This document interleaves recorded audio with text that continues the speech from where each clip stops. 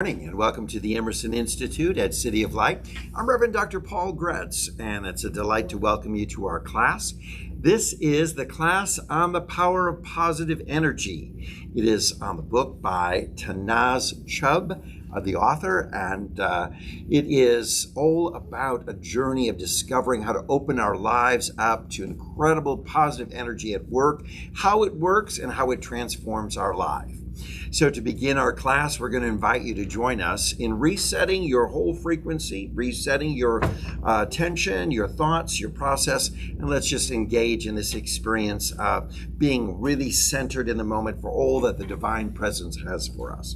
So would you join me in a breathing exercise? We're going to breathe in through our nose, hold for a moment, and then release out. And I invite you to truly release out all distraction, any energy that you've held within that may hold any kind of tension, and just be at perfect peace as we center ourselves in preparation for this class. So join with me. Let's breathe together. Breathe in and release. Deep breath in and release. Deep breath in and release. And in this moment, please set the intention, the desire you have in your heart for what you'd like to experience during this time that we share together. Just name it. Name that desire right now. Set that intention. I intend to receive whatever.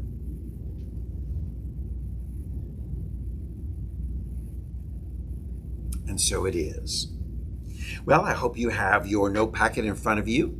We encourage you to let us know that you're interested in receiving a note packet. You can reach out to me at revtpaul@aol.com. These are sort of the cliff notes of the book, and this is that you can follow along and review later on after the class.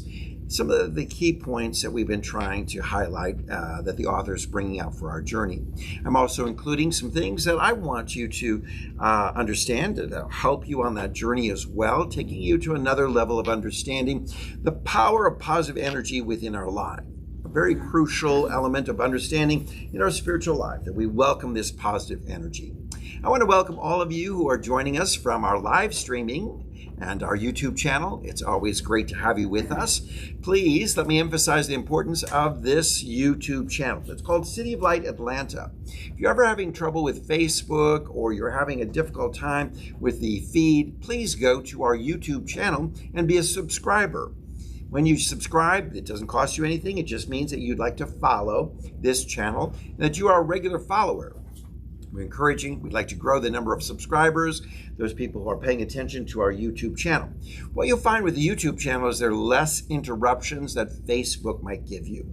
And there's a little bit more clarity, shall we say, and sometimes Facebook is interrupted with a feed and there's a glitch or whatever, but you won't find that on our YouTube channel.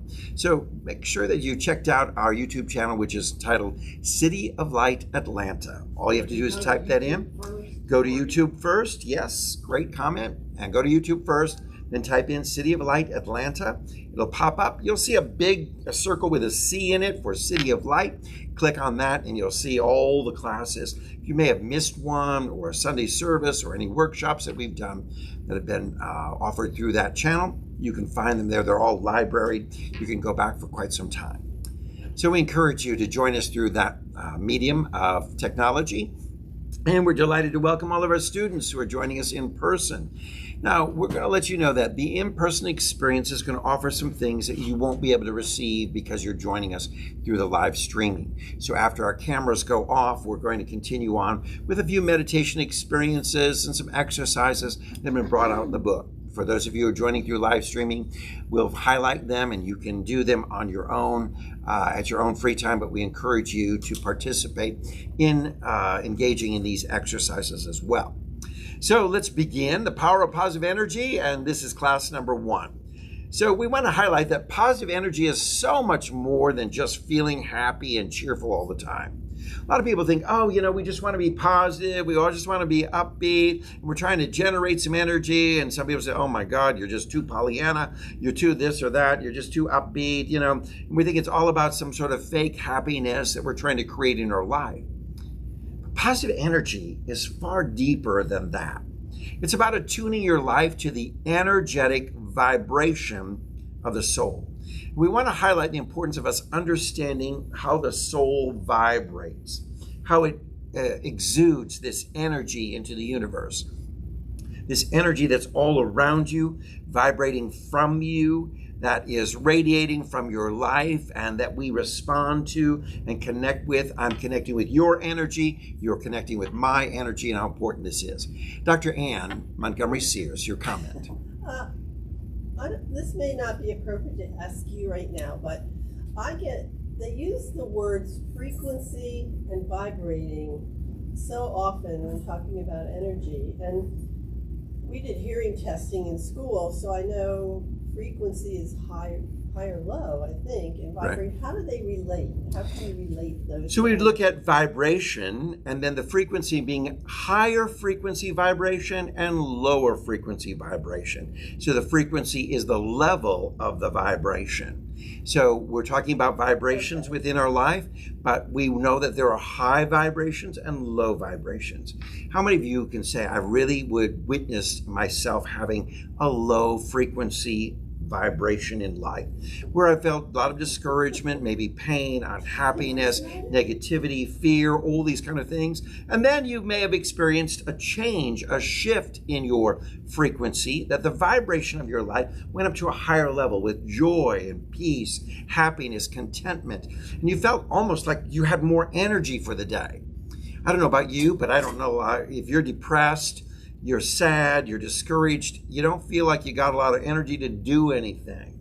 And when you're happy and when you're full of joy and love and peace, what happens? You can clean house in 15 minutes. I mean, you can go through the place. You can work out at the gym. You can run some a trail, or you can get out and walk with energy because you feel this vibrational frequency, this energy flowing through you at a different level, at a higher frequency, which is engaging not only physical energy, mental energy, but also spiritual energy as well. So the energetic vibration of the soul is you at your highest. That's really where we want to be in tune with. You at your highest and best level. That's going to be the frequency. Thank you, Anne, for bringing that up, by the way. You bring the frequency at the highest level. This energetic vibration of the soul then is you. It's a vibration of love. It's the vibration of the divine source. It's God found within. So when you are radiating at the highest level, the highest frequency, it's this wonderful attunement that you have, this oneness that we've been talking about in so many of our classes, about really being one with the awareness of the divine in you, God in you. I'm aware of that. And when you're aware of that, there's so many levels of what are you aware of? Well, I'm aware of divine love. I'm aware of divine grace. I'm aware of divine forgiveness. I'm aware of divine patience. I'm aware of divine compassion. All these wonderful things are there within us, and we are created in that character and image. So we tap into that divinity within us. We tap into that love. We tap into that grace. We tap into that patience. So it's there available for us, but our problem is we're not monitoring our vibrational level. We're not checking in on a day-to-day basis and saying, what's my energy all about? What level is it? And that can be simply defined as, what is my consciousness or my level of understanding of the divinity within me, of God within me? Do I understand? I could tap into love right here and now. I just have to make that choice. But I haven't been tapping into love. And that love can be, I could love myself, I can love my neighbor, I can love my spouse, I can love the person who cut me off on Interstate 85, I can just love. It's there. I can tap into it. It's available for me. And I just simply need to come to that level of vibrational frequency by raising up my consciousness and my awareness that this is God within me, and I can tap into that power and presence that is truly my divine nature of who I really am. So quite often we think we go through the day and we have a lot of challenges that we face because we didn't regulate, we didn't monitor, we didn't tap into this higher level of vibration, this wonderful radiating power of the divine love. Amy, your question. Okay. Define love and how you tap into that vibration. Are you right? Yeah. There's different levels of love, of course, but love might be summed up the highest and best. Even in intimate love, you want the highest and best for that intimacy. And in compassionate love, you want the highest and best.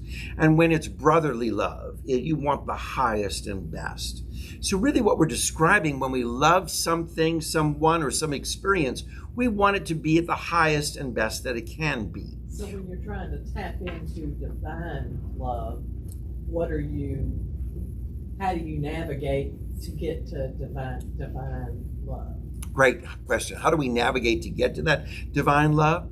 Number one, it begins with being centered and open, and starts with recognition. I can't emphasize, we're going to talk a little bit more about that word as the notes progress, but emphasize the importance of us recognizing, acknowledging, being aware of that divine presence, that love within us. So we stop for a moment and recognize there is love within me. And when you begin to stop and recognize it and begin to then acknowledge that thought, but couple it with a feeling, and you say, I just want to feel love. Well, you will know what love is, what feeling rises within you. You'll feel that. Let's just take a moment and just contemplate love right now. And ask yourself, what does love feel like? And what emotion is coming to you as you ask that question? What does it feel like? What is love like? Picture it for a moment. Visualize it. Now feel it. What feeling is rushing through you when we say love? What is it you're comprehending? What is it you're experiencing? All right. Let me ask you then, what did you experience as you began to say love? What did it feel like to you when It puts a smile on my face. it puts a smile on your face? Great, Brenda. Peace and joy. Peace and joy. Elise. Cared for. Cared for. Anne. I had one and I lost it, but I was going to say joy. That was the main. Right. That is the feeling I had. Right. And wholeness. Whole. Wonderful. Great. Lynn, did you have a feeling? What was yours? What did love feel like to you? It feels safe. Safe. Great. Dave, what was your feeling? Serenity. Serenity. How about Dr. David Carter over here? What did it feel like to you? Peace. Peace. And Steve, what did it feel like for you? Empathy. Empathy. Wonderful. So when we're saying what is love, and it's all these things. And each one of us is going to experience love in a slightly different way. Some of you, serenity, peace, joy, smile on your face, safety, security, all these wonderful things when you're in feeling love. And truly, that describes a feeling that you're going to experience in all different types of love, whether it be brotherly love, love for your dog, love for your intimate partner, love for a career or a job, all these kind of things. When we describe love, you describe all these things that come into play when we move to this highest and best and we welcome this energetic vibration of love. Dr. Ann. You can say Ann. I love to call you Dr. Ann. Okay, that's great. When I first started to learn what love was, because I think I walked this planet many, many moons without thinking about it or feeling it, it felt like I did it with someone who went in the other room, because it wasn't like a relationship or anything. It was kind of a lesson, And it felt like, remember when we were kids, we used to play with those sparklers? That's exactly what it felt like in my heart chakra, is love. And from there, then it grew to other areas and so forth. But that was my first experience with love. I like that. Great. So everything in this universe carries an energetic vibration because everything is God and God is energy. If I could help you in any way, I would love for us to unlearn all the imagery we placed around God and begin to shift it up and change it up and shake it up and to a place where we begin to understand God is energy and move from that perspective. God is the energy of divine source. God is the energy of love. God is the energy of perfect peace.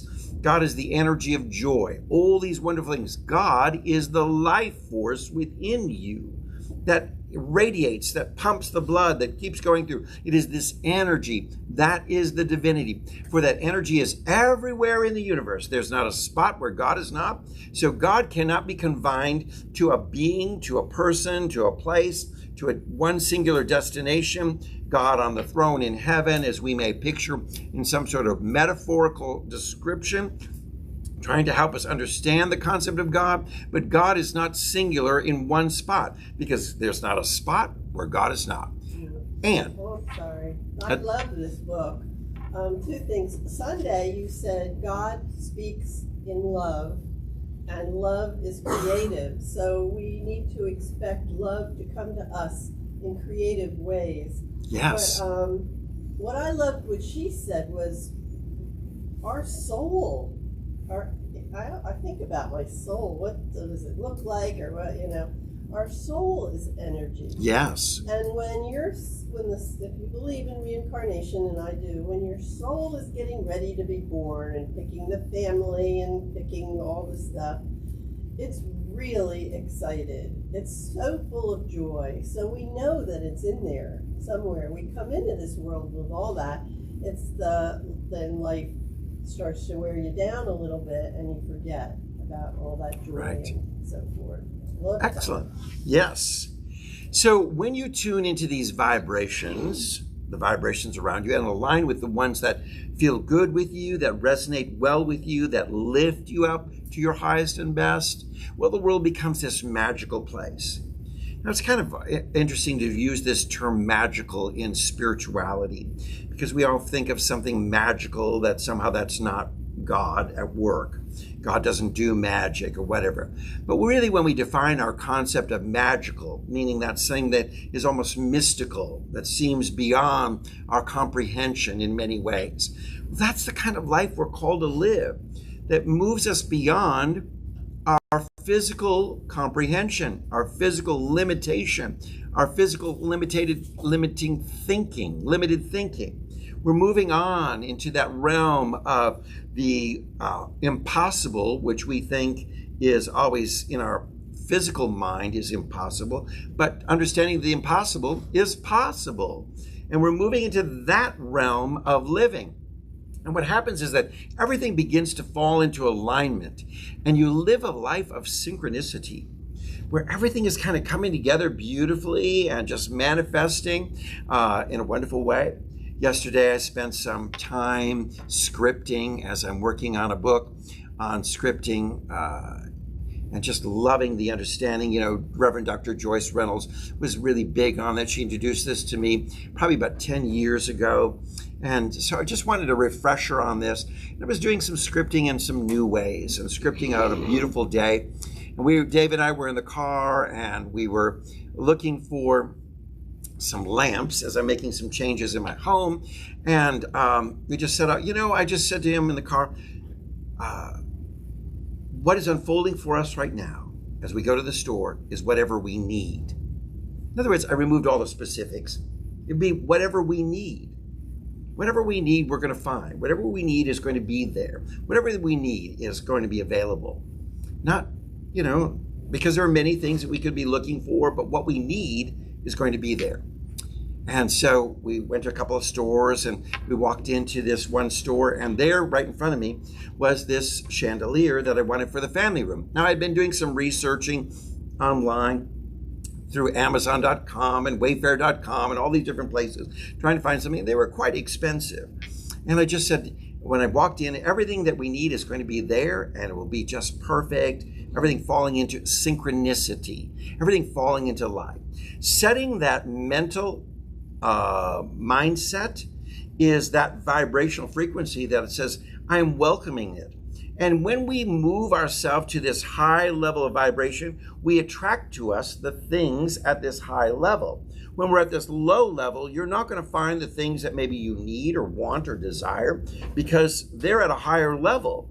They're good gifts, they're amazing gifts, they're blessings, they're healings, they're answers to prayer. They're at a higher level and you're down here with doubt and fear and questioning. You're not able to attract. But when you raise yourself to this vibrational frequency of saying, just everything's falling together beautifully. It sounds kind of Pollyanna, but it's actually a mindset that is offering a vibrational frequency that attracts exactly what you desire. So walking in there, seeing this, I said, Dave, do you like it? He said, yeah, I love it. I said, I do too. It's exactly what we need. It's exactly what we wanted. Now we came for something else, but this is what we needed. What we came for, we didn't find. But what we needed was there. And I said, we're going to purchase this thing. And I looked, first of all, she said to me, well, you can look around the store, but everything is on order and it's going to take 6 weeks. Unless you find something unusual that has a Z on it. I walked up to this chandelier, this kind of contemporary piece. It's a light fixture. And I just pulled on the tag. It had a Z on it. And the sales clerk goes, wow, that's kind of bizarre because we don't usually have a Z on these items. It's more like, closeouts and things that we don't really have a lot of and we're trying to get rid of. And I was like, wow. She said, we just got this in and it's got a Z on it. I said, I can take it home today? She said, yes, you can. She said, we'll have someone take it down and package it up for you. Well, we waited for a while and then we said, why don't we go to lunch and we'll come back later? When we came back later, she said to me, well, because you were inconvenienced and you're staying, we had to wait for it, we're going to give you a discount. We're going to give you $50 off the price. Wow, okay. How much better could this be? It was a day of manifesting some wonderful experience. I found exactly what I needed. I got it $50 off. I got it the day I wanted it. Everything happened synchronistically. Everything happened falling together into place. Well, it doesn't stop there. Dave had looked at a pair of black shoes at Kohl's, and we got really busy. We were at Kohl's, and he was in the shoe department. I was in another department. When we met, he was like, "Oh, well, let's just go." Well, we were in the car. He said, I found a pair of shoes I really liked. I said, well, we can go back another day and get them. Well, he made a purchase at Kohl's, and so we got some Kohl's coupons. So now 5 days later, we're driving. We were picking up this light fixture. And Kohl's was right next door. We went to Kohl's. He went in, picked up the shoes.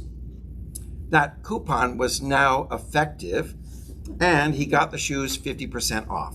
Wow. Wow. Things falling into right and perfect time. This is the synchronicity that we're called to live in. That just says, is this magical? Is this mystical? Or is this the universe aligning all things working together for our good?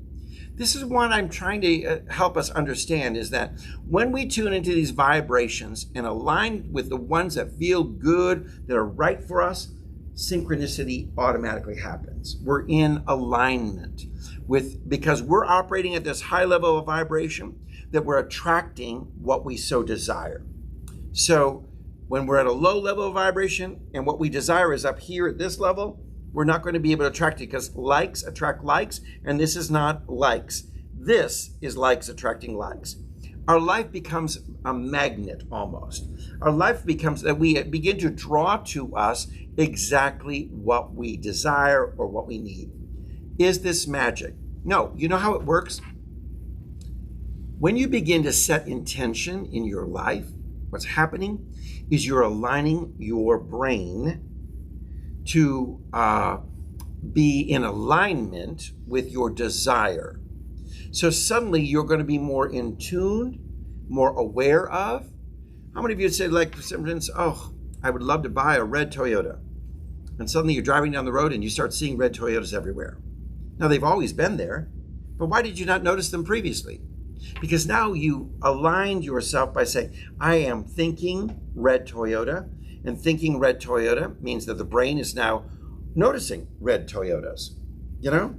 How many of you have been in someplace where it's very familiar and you walk through it and you just said, I never noticed this before, but now because I'm thinking of it, I'm noticing it now. But it's always been there. So this is so true to our life. What happens is that a lot of these things that you desire in your life are already there for you, but you're not ready to attract them because you're at a lower vibrational frequency. When you begin to name and offer intention, you raise vibration. You're raising awareness to that level where likes attract likes. Now, here's a really important thing that I want to add when you're doing your scripting. A lot of times people script things that I want. But to use the word want is a suggestion that you don't have. So the intention might be better set when you use the word I intend to, or I intend to receive, or I intend to get. That's now in the power of the affirmative, and it's aligning your thinking up to the level of vibrational consciousness that you're becoming aware, and your brain is like, oh, I didn't notice. What I was looking for is right here. Now, I want to say that I could have walked into that store so determined to looking for a lamp that I would miss out the light fixtures. But because I was saying, I'm open to this or something better concept, I'm open to what I need, I walked in and go, I need that. Wow, that's exactly what I needed. I just didn't have it in my frame of mind. But because I lift my vibrational frequency to this level, I'm now finding what I need. Dr. David Carter. Okay, so all before we were told that if you say I want, that indicates you don't have. Yeah. I need indicates you don't have. Mm-hmm. So we were taught to have the mindset that I'm giving thanks because I have it. You have to believe that you already have it. So what's the difference between believing I have it when I'm scripting versus I intend to get it? Well, the intention to say I intend something means I will, I have, I am, okay? I intend today to work out, okay? So I've already set the course in mind that I'm going to be working out, as an example. So that means I have the workout, okay? It's hard to say I have workout or I have worked out or whatever, but I intend to is a manifesting that would be equal to I already possess. So there might be something like I possess healing, I have healing, versus, saying I have the gym or so we're saying the same thing, but one is an intention for an action to be there that I intend, and I intend with the power that it will be done. And that intention, setting intention is like saying, and so it is. Amen. It's done. It's finished. So it would be the same thing as saying, I have it. Okay? So we may, for more of a material item, it might be, I have health. Mm-hmm. And that would be better than I intend health. Yeah. But to say I intend to go to the gym versus I have the gym or I have whatever, is more. So it's setting direction. It's setting the vibrational frequency for us to experience what we so desire. Now we want to remember that you are more than just your body. You are a soul that is charged with energy. This energy within you is this divine presence called God. It is this life force. It is, we might use the word consciousness, because what we are aware of, we fully possess. Sometimes we don't understand or are aware of something, and we don't feel like we really possess it. It's not really there. So our consciousness this is what we possess. This consciousness, this divine presence, or that which we call life, we call God, because that energy that we're describing here is positive. God is positive. The energy of the divine is positive. And it's ignited when you recognize it within, when you acknowledge it, when there's the power of recognition. So that's why this word recognition is so crucial to our spiritual life. We begin prayer treatment with recognition. The Lord's Prayer begins with recognition. Our Creator, our Father, which art in heaven, hallowed be thy name. Thy kingdom come, thy will be done. What is this? This is all recognition, recognizing the holiness and character of God. It is the opening to everything within our life is to stop and to recognize it. When you recognize something, you're being conscious of it. You're being aware of it, right? Oh, I didn't recognize you. Oh, no, that's saying, oh, I wasn't conscious of you. Oh, I wasn't aware of you. So recognition is our awareness, we're conscious of something. So everything begins in life with recognition. Because a lot of times if you don't recognize it, if you're not conscious of it, if you're not aware of it, it's there, but you miss it, right? In my backyard, I have lots of deer. I don't always recognize them. I'm not always conscious of them. I'm not always aware of them, but they're there. But I may go through the day without ever seeing them, but they're in the woods. They slip into my yard, sometimes when I'm not looking out the window, when I'm not conscious, when I'm not aware. But David Carter comes over to my house, who's a deer whisperer, and will always, because the consciousness of deer is high in his mindset, will say, I saw a deer down the road. Oh, look at the window, there's a deer. And I'm like, what? How did you see that deer? And they're in my backyard. No, they're here, they're there. You see, because you're aligned, you're conscious, you're aware, you recognize something, you're more in tune with it. So what we want to do is begin our day raising our vibrational frequency through recognition. God is in me, God is with me, God is around me. All good is unfolding in my life. These are the affirmations of recognition that we might offer within our life. Because when we awaken to this positive energy, what it does is it's helping you to live your life with grace and ease. Do you realize that you're intended to live with grace and ease? Life is not meant to be a struggle. Life is not meant to be this difficult journey. Life is meant to be lived in abundance. Life is meant to be lived in divine flow. But yet we've allowed stress and worry and all these things to diminish our energy, to lower our frequencies. And so we live in the realm of suffering and struggle. Dr. David Carter, your comment. Okay, so I have a question for you. So when you get up, you script and then you do your spiritual practice? Or do you, what? Scripting can be one of your spiritual practices. Okay. It is a spiritual practice for us. Okay. Scripting can be a form of prayer. Scripting can be so much on so many levels. It is about affirming, setting intention, raising the vibrational frequency, full awareness of this is what I intend my day to be. And I want to encourage you to, and you may also say, I intend, and you may express some desires that you may think are a little bit out there. Like today, I may not be president of the United States, but that's maybe what you're setting as an intention or scripting for. So that may seem a little strange. Doesn't mean that that can't happen for you. But how important it is that when you're scripting, you include some of the mundane. Like today, I'm going to class, and it's going to be a wonderful thing. And you think, well, that wasn't a big thing to script because I go to class every Thursday. And yeah, it's going to be nice no matter what. So it sounds a little mundane. It sounds a little bit like simple. But as we include some of these simple things within our life and we look back and find how they've unfolded, we're aligning our brain. We're aligning our thought process with the things that, yes, these are happening, and yes, they do happen, and yes, and what we do is we build this power of believing and faith within our life.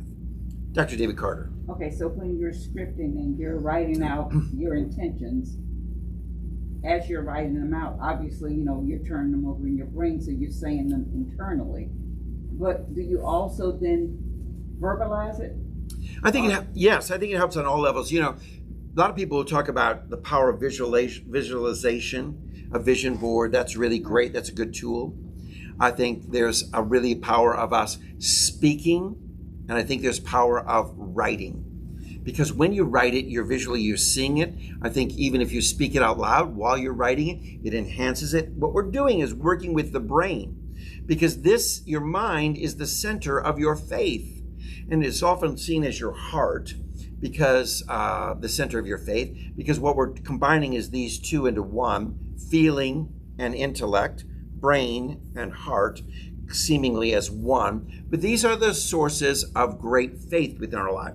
You have to know it and you have to feel it.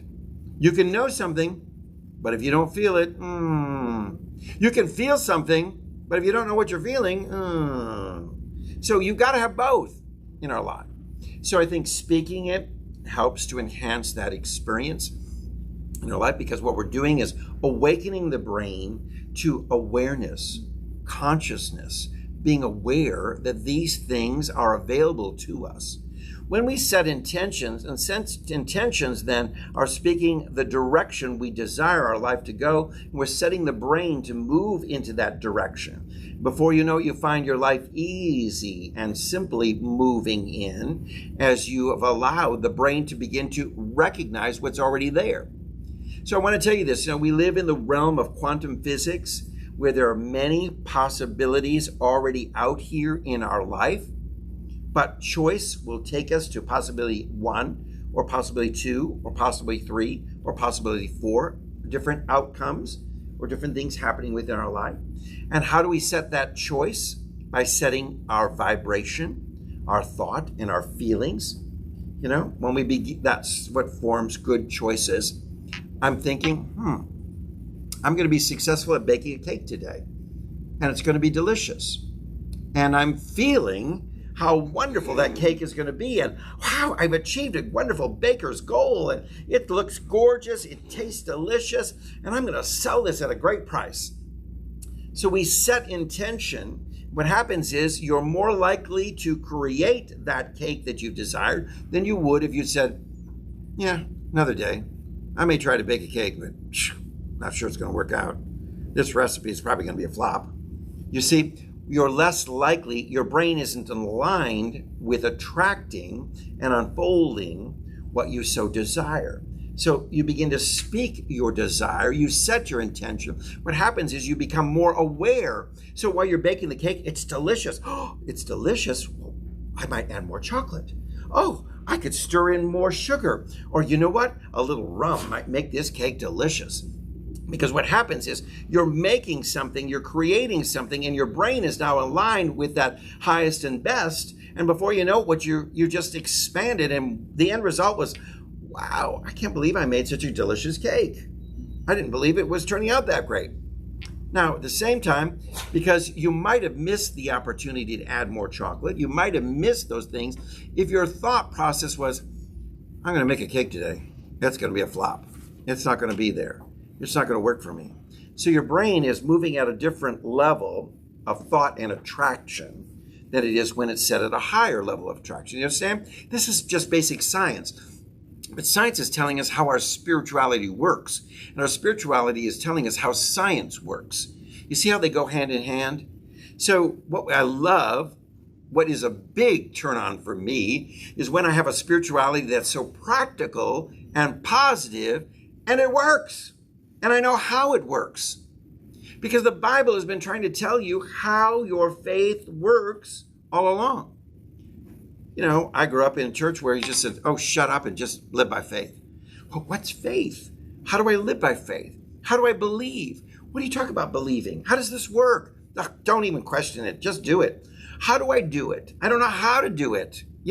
And so you struggle with it and you wonder why faith sometimes works and sometimes doesn't work, because you say, I don't know what I did that time, but it seemed to work. But I've been working and believing in my limited understanding of faith, and it just doesn't seem to work for me. So what I love is the wonderful spirituality that's teaching us how things work so we can apply them to the highest level and the most effective level within our journey. So, that's what we're learning here. How to be effective at this, because positive energy. Nice. Yes, I know, Pastor. We're all supposed to have positive energy. Great. We can go home now. But we're learning what this positive energy is and how to implement it. It changes our life. We're learning the background of it. Because when you have this positive energy, you're secure in the knowledge that everything is unfolding how it was meant to be. So now under positive energy and positive vibrational frequency, you're making the cake as it was meant to be. Okay? I had a wonderful friend who was an incredible baker come to my house and said, I have baked the most decadent chocolate cake for you. It is, better than death by chocolate. And, there's those kind of cakes that describe all that kind of journey. And that, it's so incredible, And he brought the cake and then he said, you know what? Shoot, I made this great cake and I forgot a key ingredient. I forgot to add the chocolate pudding, which was going to make the cake moist. So it really wasn't death by chocolate. It was death to the cake. Yeah. It was like, okay, this is nice, but it's really dry and it's not very tasty. And okay. But because the consciousness was not there, the awareness, he simply forgot something because he wasn't conscious, wasn't aware, wasn't setting himself at a high vibration to make the cake exactly how it was meant to be. So what happens is when we're in positive energy, we also feel love, we feel supported, we have the confidence to go after our dreams. There's all these things that are happening. That's why I'm telling you this class is so crucial for your success in day-to-day living. So let's dig deep into it. Because all you need to do is open your mind to the possibility that there's another way to your life. Do you realize this? There's another way to your life than just the way it's living right now. It's filled with positive energy and magical moments. The author wants us to first go back to, who are you? And I can't emphasize, you know how many authors that we've had already that are asking this question? Do you know who you are? Because self-realization is crucial to your spiritual life. We may think that we are the voices in our head, and those voices in our head is who we are. But no, you are not those thoughts. You're an observer of those thoughts. Do you realize that? You are not the thoughts. You're the observer of those thoughts. You are the one listening to them. And you have control over those thoughts that you choose to believe, and the thoughts that you choose to ignore. You've got control. But too often, we allow those thoughts to control us. And we haven't been working our superpower, and that is the power of choice. Do you realize that? I want to tell you this. You need to tear open your chest and just look at that. You've got a superpower emblem on your chest, like Superman, Supergirl, Superwoman, Super whatever, Wonder Woman, whatever you want to be. You are there. And there's rip it open and tear open the cape and show that on your chest, on your heart is this power called choice. You can choose. You don't have to listen to every thought that comes through your head. You can choose. I dismiss that thought. Thought of anger, thought of fear, thought of frustration, thought of insecurity, thought of that, I'm not enough. You don't have to listen to those thoughts. You choose. So we forget that we've got the power to shape our reality by saying, I don't want to dance with those thoughts. That's right. In the old-fashioned days, they had a dance card, and people would sign up on your dance card. That was way before my time, but maybe some of you lived in that time. Just kidding. In the old-fashioned days, you would go and she would say, I want dance number 7. I'm going to dance with you. And ladies would go through their dance card and look for the partner that they'd already chosen or agreed to on their dance card. So through the evening, they had danced with a variety of gentlemen. So it is with our thoughts. You have the power to choose. What have you got on your dance card? Did you choose thoughts of fear? I'll take those. Thoughts of stress, thoughts of worry. I'll choose. I'll dance with all these thoughts. No. How about you say, this guy's ugly. I'm not dancing with him. This guy's going to step on my toes. I ain't dancing with him. This guy has no rhythm. I ain't dancing with him. This guy is hot, and he's a good dancer. He's on my dance card. That's what it is with our thoughts. Dr. David Carter, your comment. So, regardless of all of the thoughts that are going through our minds, we are the thinker. Are we the... We are the observer of those thoughts. Okay. We observe the thoughts that come through mind. So there's something beyond the thoughts. You are not the thoughts. You're the observer of the thoughts. You're the one in control of the thoughts. So what or who is doing the thinking? Because to me, thoughts and thinking have to be different. Because you said one day that Consciousness 60,000 thoughts come through my mind. Okay, so consciousness is is who you are, and it is the thinker. Is the thinker. Okay. Yeah. You are, that's the soul that is doing the thinking. Okay? So you're not the thoughts, you're the observer of the thoughts. You're the one who, has control. I can choose to think a thought. I can choose a thought of joy. I can choose a thought of fear. But as the observer, when a thought comes, I can choose yes or no on it. And I put it on my dance card or I don't. All right. Dr. Ancart. That's what I can see now why New Thought honors Paul Selig's work, who the man is just a channel. He's channeling ascended masters. But one of his suggestions is to, let me take a step back. If you're with someone and you're going to pray with them, and they're giving you a long negative, everything dark, and you find yourself going down a hole listening to them and trying to understand them, the fact that you are just the observer is the first step in the recognition of that. And then you can do what Paul Selig has channeled is, one choice would be to add light to that situation. That light is love. And once you begin to love them, you can step back from them, and then you can go in a positive direction. You can start looking at whatever is happening. You can do your affirmative prayer then. Right. Okay. Beautiful. You've just described in a wonderful way how we look at prayer treatment, because as someone explains, I'm sick, I have, let's say, COVID-19, I got a really bad cough, and they're explaining all this, and before you know, oh, you're really sick. Oh, you've got a cough in your chest? Oh, it's tight. Oh, I'm feeling that way. See, that's where we go the wrong direction. We're welcoming. Instead, what we want to do is say, I heard, but I see now you whole. I choose thoughts of healing. And I'm going to speak from that perspective that I see you whole and complete. That's why you come to me for prayer, to help you see yourself in your wholeness and overcome your doubts and your fears. So that's the fact that she said your soul is energy. I kept thinking, well, we're supposed to look at these people and say, I know you're spiritually whole, Lynn, and I'll pray with you. Your soul is energy, and that energy is God, and it is perfect. And yes. You can start from there. Oh, yeah. To help. Perfect energy. That's what's in you. We just have to awaken it. We have to be conscious of it. And the reason we don't have it is because we're not conscious. We haven't recognized it. We're not aware. That's why these authors keep asking you the question, do you know who you are? Who are you? So we need to define who we are, that this soul is this divine, is this perfect energy, and we got to acknowledge it, but instead we're acknowledging the pain the soul or body may be experiencing, or we're acknowledging this and the hardship because we feel from the world of limitation that's all we can, only because we haven't chosen thoughts or we haven't been conscious of the divine energy within us. And then New Thought teaches us about victim consciousness. And you can go in that direction and say, oh, you poor thing, you're such a victim.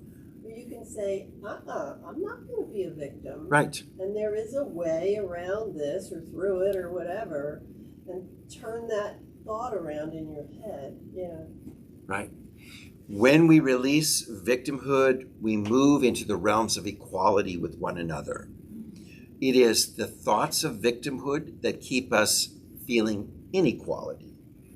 So when I begin to think, oh, I'm not as good as you are because I didn't grow up in the same home, I don't have the same amount of money, I didn't have the same education, I'm a victim of my society, I'm a victim of my parents' limitation, I'm a victim, but wait a minute, I'm not a victim of any of those things. What happens then is I've been thinking how the inequality I was living in my life. But when we release that victimhood, we start acting in equality, and we say, I am, it's possible. I'm at the same level as anyone else. I've released this victimhood, There is nothing different, As a gay man, there are a lot of people in our gay culture who want to live from the perspective of victimhood. I'm a victim because I'm gay, I'm treated not as well or not as good as, and because of that, I don't think of myself as that good as. And when we release that whole thing, that's why we're living in inequality. When we release that, we come up to the level of living and exuding equality. It's like, I'm normal. I'm as good as anybody else. I'm just a different kind of normal than someone else might be, but I'm still normal. And so I'm not a victim of society. I'm not a victim of society's ideas about me. I'm not a victim of any thoughts that I might have. I release victimhood. Great. I used to think that my roommate from nursing got her bachelor's, and then she went in the Air Force. And I used to compare myself to her all the time. She's flying medevac from the Vietnamese War, and I'm here, wiping snot and cleaning up vomit from the kids and cooking dinner every doggone night. And when I learned about victim consciousness, I just was switched that around. And today I can look at my children and say, oh, they're so wonderful, and that was all for a good purpose. It wasn't negative, or I wasn't being a victim. I used to think, how come the universe is against me, that I got this job and she's up here, doing this important stuff and saving people. So, yeah. So let's begin to reclaim that power. Let's reclaim the positive energy within us. Even though you are not your thoughts, it's the thoughts that you hold to, or that you give the most attention to, that shape how you view your life and the world around you. What we hold in mind and what we focus on is going to expand. So if you focus on I cannot, it's going to expand. If you focus on I do not have, it's going to expand. If you focus on I want, it's going to expand. But when you focus on I'm intending or I have, that's what expands. The soul is created in the image and likeness of God. That image is perfect energy.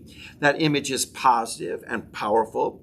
And everything that emanates from your soul is helping you live a positive life. So the soul is pure and good, and what emanates from the soul, if it's coming from the soul, it's going to help you live a positive life. If it's coming from your thoughts of limitations in the physical world, it's coming from a different source, a different place, and it's not helping you live a positive life. But when it comes from the soul, which is a spark of the divine, what happens is it's going to help you to live out that positive life. Now, you are here for a purpose of growing the soul. Again, another author emphasizing this importance. I put in this box here a little comment that you won't find in the book. You grow through the free will choices you make in this physical world, and you expand your awareness through the experience of life. Life is a teacher, and so I say, welcome to the school of growing the soul. That's what you're at. Hello, you all came to the school of growing the soul when you were born. Now, all of us are in this class of 2050 or whatever it is when graduation is and we transition from this life, whatever day that is, but we're all part of this class. Life is the teacher, and we are growing through our choices, good or bad, yes or no, positive or negative, whatever it may be. They're just simply choices that we make in this physical world. Because let's remove these words, let's back up a little bit, good or bad on the choices. They're just choices. So we're going to grow through the choices that we made, and some of them that the world may say is a bad choice may be an essential and important choice for you to have made to shape your life on the course of where you are today, of getting to what you hope to accomplish. So are choices bad choices or good choices? I can't emphasize that enough. Sometimes a child may make what we think is a bad choice, but through that bad choice, they learn the most important lesson in life. How about the prodigal son, the story in the Bible? This prodigal son wants to take all of his inheritance and run away and sow his wild oats and have a great time. The world may say, oh, he made a bad choice. But because he made that choice to go out and sow his wild oats, he spent everything to come down to the rock bottom level. And at that rock bottom level, he for the very first time realizes, wow, how powerful and good it was to be at home in the Father's house. And I want to return, and I return now having learned a lesson. Wow. So was that a bad choice? Or was that a good choice? Or was it just a choice? So we look at life and sometimes we think, oh, gee, 1974, I made a bad choice.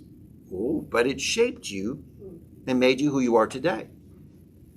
Some people would say, you know, I got into this relationship with someone and it was a bad choice. Was it a bad choice? Or was it a good choice? Or was it just a choice that you learned and it shaped you and molded you to be the person that you are today? So we look back at those things and, dating people will talk about their exes and they'll say, you know, oh my God, did I make a bad choice with this one? And whoa, wait a minute. No. The choice you made to be with that person shaped your life. And I honor your ex. I celebrate your ex. I'm not jealous of your ex. I'm not in love with your ex. I'm not anything. I'm just celebrating that your ex helped you shape you to be the person you are today that I'm sitting with and I'm attracted to. You might not be this kind of person had you not had that experience. So was that experience, was that choice, was that marriage or relationship or partnership or whatever it may be, was it a bad thing or was it a good thing? It was just a thing.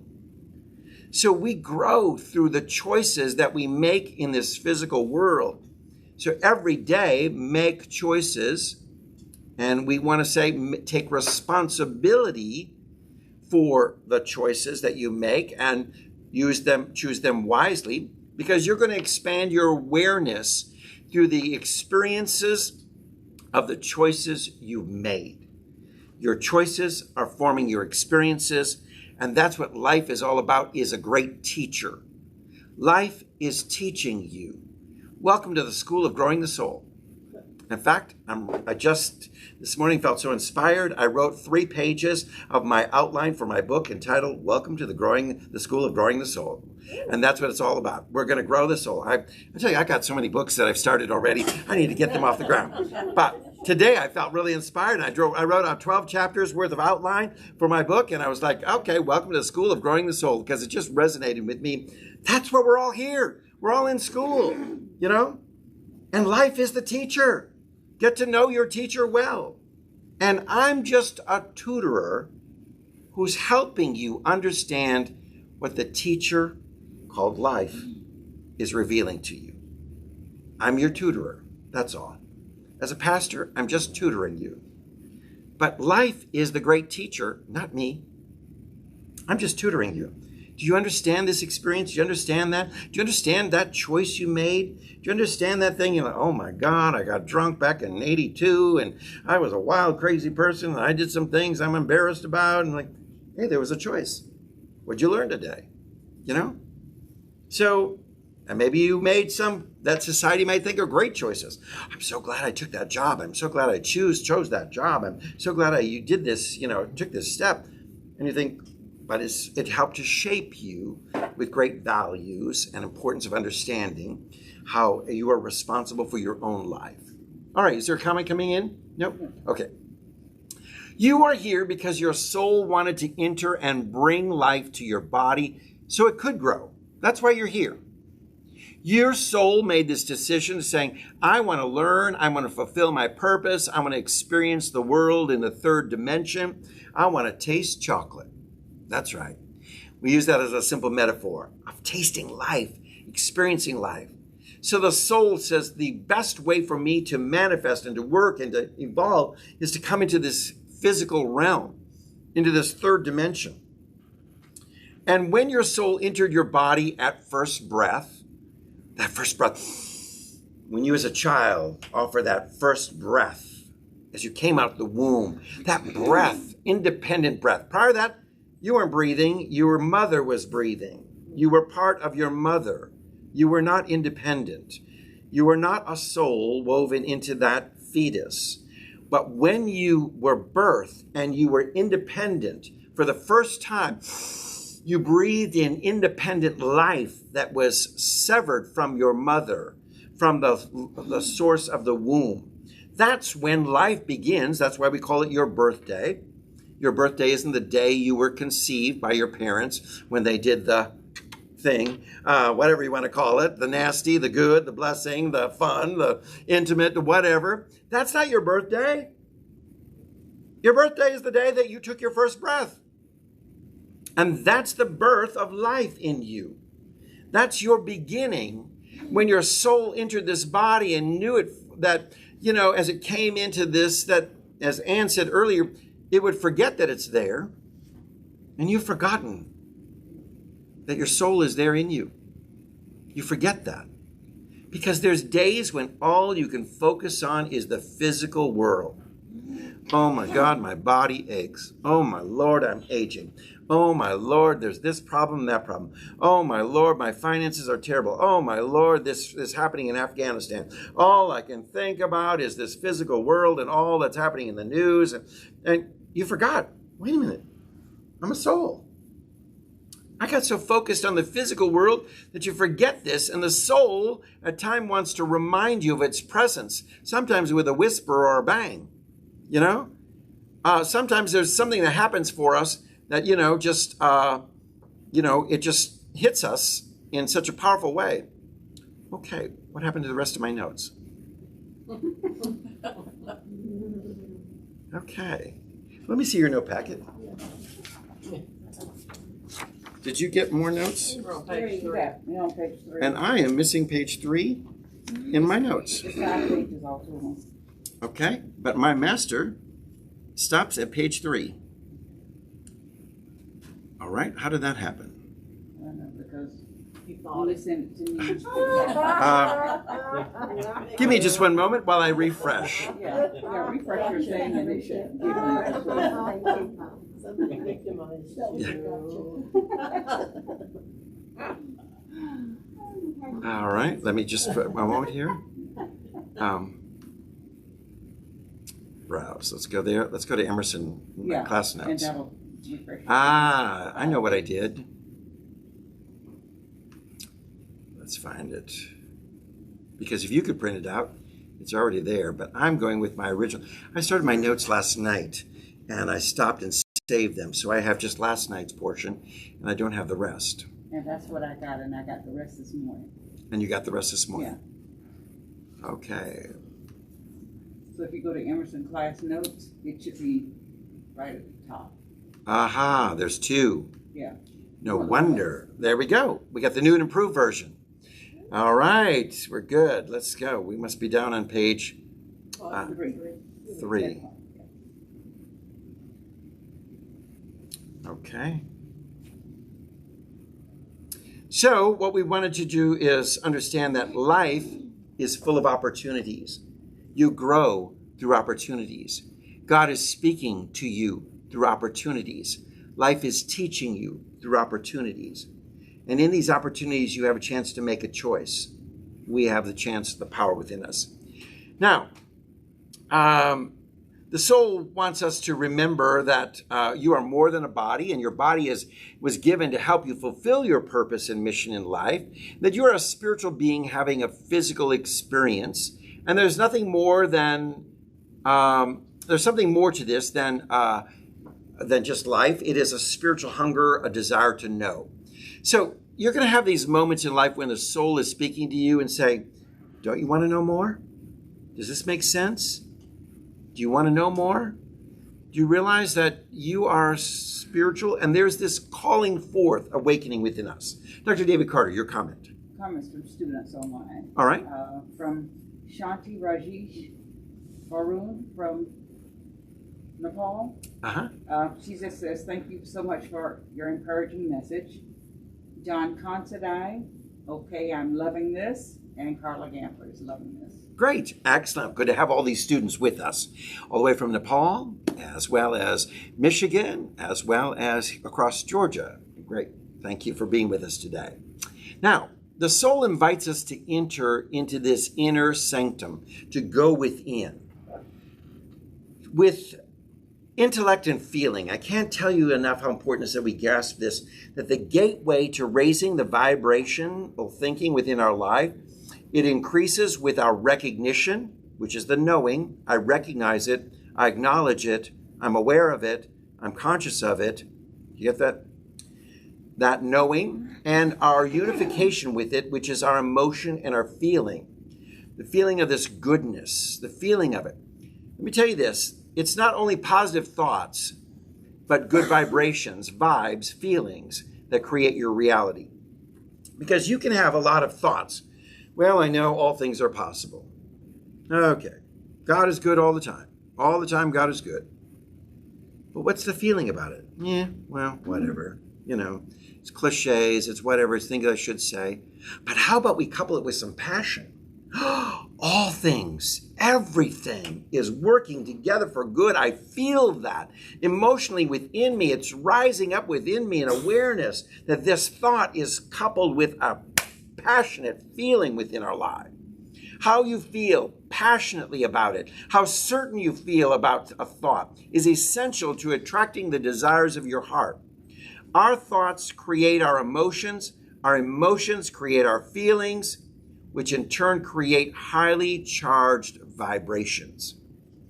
So you want to know how to raise that vibrational level? What are you thinking? And what are you feeling about what you're thinking? Okay? Are you thinking, oh my Lord, look what's happening in our world, and how do I feel about it? I'm depressed and sad. You know what you're doing? You're lowering your frequency. You're lowering your vibration. Now, when you shift and say, I am passionate and feeling good about today, and that God is working miraculously in all ways, you're raising that vibration to be highly charged. Dr. David Carter. I was just going to comment, so then in your scripting, when you verbalize what you scripted, you say it with passion, and that's... Definitely. Because when you script something, the bottom line is you look back and go, how do I feel about this? You know? Because you may script something that you desire in your life, but you're not very passionate about it. You're just like, well, you know, that sounds nice. You know, I'm scripting, I'm going to Paris. That sounds like a lovely thought. It's nice. Ain't going to happen, but it's nice. You know, but then it's different when there's a passion behind it. I'm going to Paris, and I'm passionate about it. I'm excited. It's going to be so fantastic when I get there. I'm already planning for it. All right. Lynn, your comment. I was just going to say, having taken Joyce's scripting class for a while, I find if you add adjectives, that it helps bring more feeling into it. Good. I love that. Add some adjectives that really describe the feeling. That's powerful. You know, be a little flowery with your thought, you know, as you add the adjectives to it that this invokes, because what we're trying to do is invoke a feeling. It is what you know and the emotion about it. Heart, our head, mind, and heart. Feeling and intellect. How do we bring them together? That's the secret of faith. Putting that together. I know this to be true. I claim this to be true. And I'm passionate about it. I'm certain about it. I know it will happen. And I found in my life, whatever I've claimed with great passion and great certainty has always come into manifestation. Yes. So the intention is the intellect or the recognition, and then the passion with which you speak it is the unification. Is the unification, okay. 2 steps. We use that in prayer treatment. When I recognize something, when I'm conscious of it, when I'm aware of it, I got to be one with it. Because when I'm one with it, I am it, and you attract what you are. So you want to be it. You want to be one with it. So let's just break that down to say, I know unexpected income is coming to me because I know God is generous. God knows my needs. God is, before I even ask, God knows, the universe knows my needs. The universe is there in a loving, caring way. How do I feel about that? Oh, now with great certainty, I'm one with that consciousness, what I've recognized. So suddenly I feel I'm taken care of. I'm blessed. I'm walking in prosperity. God is making a way. I don't know how, because I don't care. Because my job isn't the how. It's God's job. My job is to be one in the trusting and the believing The passage of Proverbs 3, 5, and 6, trust in the Lord with all your heart. Lean not unto your stupid, ignorant, foul, silly understanding. It says, lean not unto your own understanding, that self-centered limitation understanding. You don't need to know how, because your how says, I don't understand. I don't get it. How's this going to happen? I can't believe it because I don't see how. You see? Forget that. But in all your ways acknowledge God. And if you acknowledge God in all ways, it says, yes, God's at work. Yes, it's happening for me. I intend. I have. These are the words you use in your sense of being unified with something. And it evokes a feeling, an emotion for you. So what happens is these vibrations go throughout the universe, and they're going to come back to us like a boomerang. The vibrations we put out are magnetically charged. We can only pull things into our experience that we are vibrating at the same level. You're saying, oh, I want love, but all I speak is hate. All I speak is hate. How do you expect to attract love when all you're doing is hate? You're saying, I want patience, but all you do is live impatiently. How will you attract that which is already there, and more of that is by living, raising up to that level. You will experience that which you are vibrating because you're going to attract it at the same level. So if you're thinking poverty, if you're thinking I can't, if you're thinking I'm not good enough, if you're thinking this ain't going to work for me, if you're thinking that I'm stupid, if you're thinking any of that thing, what you desire, you're probably not going to attract to you unless you're desiring more stupidity and more ignorance and more inability to accomplish a goal. So you want to set that vibrational level, that frequency that's coming out, that's like magnetic energy, that's now attracting to you that which you desire, and it manifests. It happens within your life. So let's look at the energy of your soul on bottom page 3. Because your soul is pure energy, it will never be destroyed. We know that from science, right? Energy never dissipates. It changes form.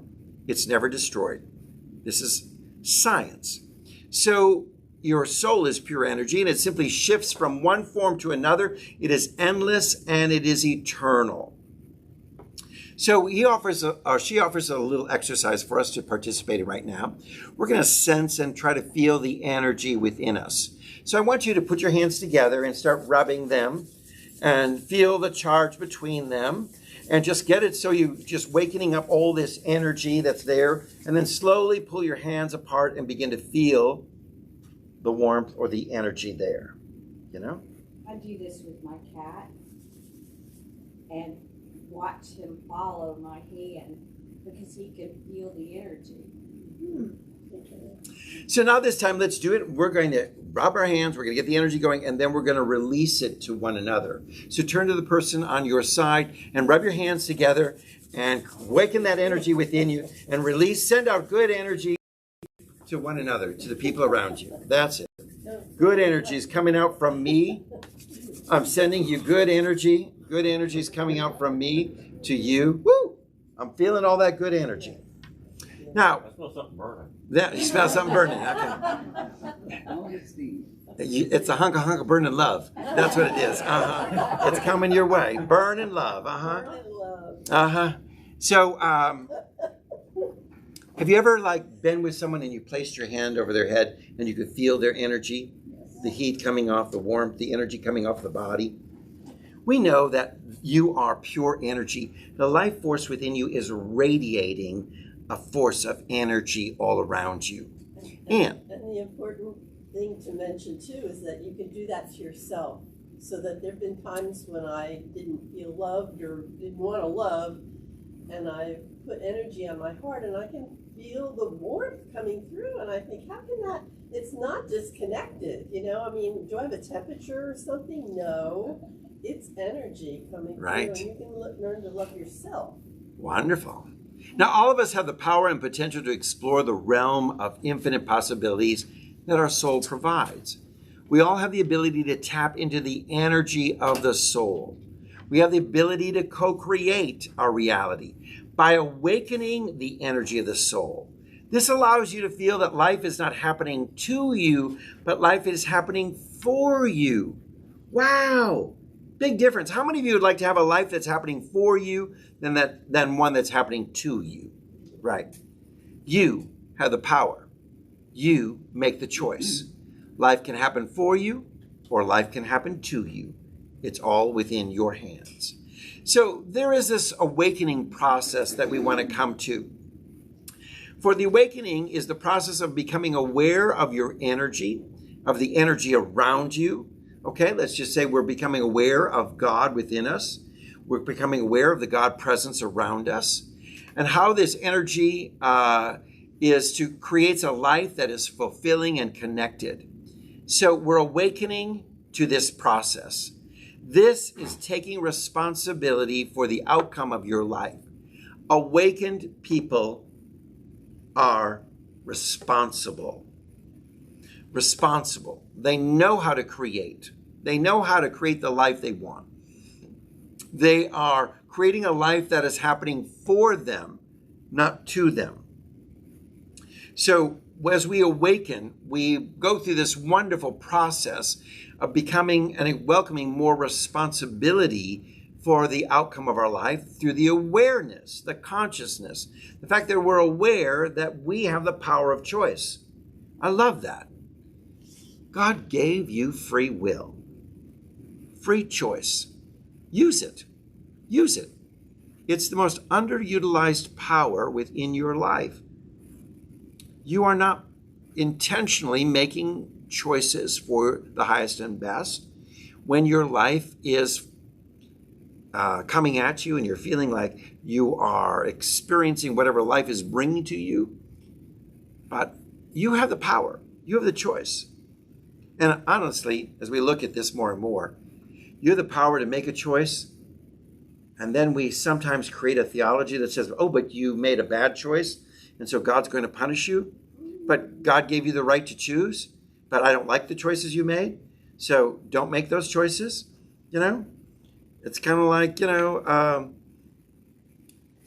mom says you can go to the movies, but if you go, I'm going to spank you, and you're going to be punished, and you'll be grounded.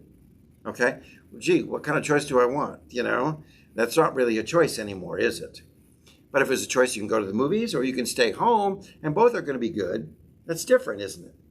So God's gave you free will choice to say, no matter what your choice is, I still love you, and I'm going to be there. And the outcome will be fine, no matter what choice you make, as long as you learn from the choice. Because maybe that choice was essential and important and a key part of evolving your soul. So when we awaken in this process, what happens is sometimes the first step in awakening the soul is divine discontent. What that means is you're a divinely ordered stirring in your soul, a questioning, a discontentment, like I'm discontent with where I am in my life and I want something more. I feel like there's something more out there. I feel like there's a greater purpose. There's something more that I need to experience. So there's this godly ordained discontentment in your life. It's a stirring within the soul. And the fog around you begins to lift as you ask questions, and the answers you seek are now stirring you. Woo, I can tell you this. The most important thing for your spiritual life is ask questions. A seeker asks questions. Every day, I want to ask you, what questions have you asked today? Because it's crucial for your spiritual growth that you said, I'd like to know more. I want to experience more. How does this work? Why do I believe this? How is this working for me? You become aware that you are more than this body through this process and more than your thoughts. And this starts you to ponder even more deeper questions and to seek more. So the stirring in my life, my spiritual real awakening, became not because of my upbringing as a preacher's kid or growing up in church, but there became my first steps of my spiritual awakening for my life began when I began to say as a child or a teenager, wait a minute, if I'm gay and I never chose to be gay, how is it that I feel the love of God, yet my church is saying I'm an abomination. I'm disgusting. I'm not normal. I'm a sinner. Why is it that at age 9, I'm feeling called to be a pastor? And I'm thinking, God, you must know if what I am is gay and you don't like that and you don't want that. Why would you want me to be a pastor? You know? You see, I began to ask all these questions, which began to crack open my belief system. And I began to ask more and more and more questions along that in the journey of seeking. And I began to break things down and say, this doesn't comprehend. This doesn't make sense. This doesn't, the dots don't connect on this. So that began my spiritual awakening and an awareness in the process. And I began to ask more questions about that if God is love, when does this love end? Because love never ends, is what the Bible says. But my church is telling me, yeah, God's going to write you off, send you to hell, because God's done loving you. You have screwed up too many times. Like, well, how does that work? And if God is grace and grace is unmerited favor and it's unlimited, well, when did grace end? Does grace sometimes say, time's up, no more grace for you? You know, you're going to be punished. So how does this, when these dots don't connect, that began a spiritual awakening. When I began to look at my theology, look at my beliefs, look at things that just didn't match or make sense. So what happens is along this journey, all the things you no longer serve you, that no longer serve you, that you held on to, begin to start slipping away. And you're excited and you're inspired about what is next. You feel that inner spark rising up within you. You realize that your only purpose is to be true to who you are and that everything about your life is already perfect because everything about it is what it was meant to be. And I look back and think, wow, I'm so grateful that I chose to come into this time as a gay man because that experience of being gay in a Pentecostal fundamentalist church was my awakening experience that I needed. And I'm so grateful for that. Those were the components that I needed to experience this evolution and growth of the soul. Yes. No. Is it important to accept yourself and all your faults in order to move forward? Oh, definitely. You've got to love yourself, and that is accepting yourself just as you are. Because society may say they're faults, culture may say they're faults, but they are opportunities, and they're learning experiences, and they're things that the universe is trying to teach you through the experience of something you call a fault. But is it a fault, or is it an opportunity? So what we may think of like, well, my fault is I'm judgmental, as an example. Or is that an opportunity for me to learn, to go through, to work through judgmentalism, to come on the other side? You see how important that is? That we understand we've been guilting and shaming ourselves a lot, an awful too much. I think that goes back to knowing who you are. If you can acknowledge, I can be, or I am, you have the ability to change it. And you're more conscious than living from not acknowledging it and having it run you, even subconsciously. Beautiful. All right, so let's move on. The awakened soul realizes that life is just as it should be. Wow, realize that. So what you may call faults, life is just as it should be. For your unique journey. Remember, you chose this unique journey. And with it may become a set of challenges. Like I must have chosen this unique journey, and with it that I chose, I would be gay. Okay? So that's how my unique journey in the school of growing the soul is all about. You are choosing and creating and shaping life in the midst of the type of journey that you asked for. You asked for this. And that's what brought you to this moment. You asked, your soul came into this lifetime, came into this school of growing the soul, You enrolled in this class that we call life. You came to this moment because you wanted to learn X, Y, and Z. You wanted to experience X, Y, and Z. So there's some unique components that were essential for you. And along the way, it's not like your life is predestined because you had the free will to choose. But you chose this school, and how you respond to this school called life is all kinds of choices. Now, you enrolled in high school, didn't you? You enrolled as a high school student, and you may have made choices that said, I'm enrolling in a college, and say they might have a specific educational pathway. I'm going to be a nurse. I'm going to be a doctor, and I'm going to be an architect. I'm going to be a minister. So you're going through a set of classes, but what you do with that class and how you respond to the teacher and how you do your homework and whether you study or not, these are all your choices. But that's part of your unique journey that you chose. So in life, you came to this moment. Your soul said, I chose this unique journey. I'm going to be expressing the divine as a woman, a man, a gay person, a transgender person, as someone who's tall, someone who's short, someone who's this, someone who's that. But with that, in that context, then you make all the choices that begin to evolve how the response of that unique journey unfolds. So maybe you chose to say, I'm going to have several faults, and I'm going to learn through those faults, because these faults are going to be my teachers, and they're going to show me how to evolve the soul. So I'm not guilting and shaming these faults. I'm working with them and through them because they're teaching me. They're showing me. They are the educational tool. They're today's instructor in the school of life. Yes, Elise. So you think that you choose your faults, you choose to be gay, you choose to be a man or a woman, you choose all these things before you come in? I believe so, yes. I firmly believe that we make this choice to be in this context.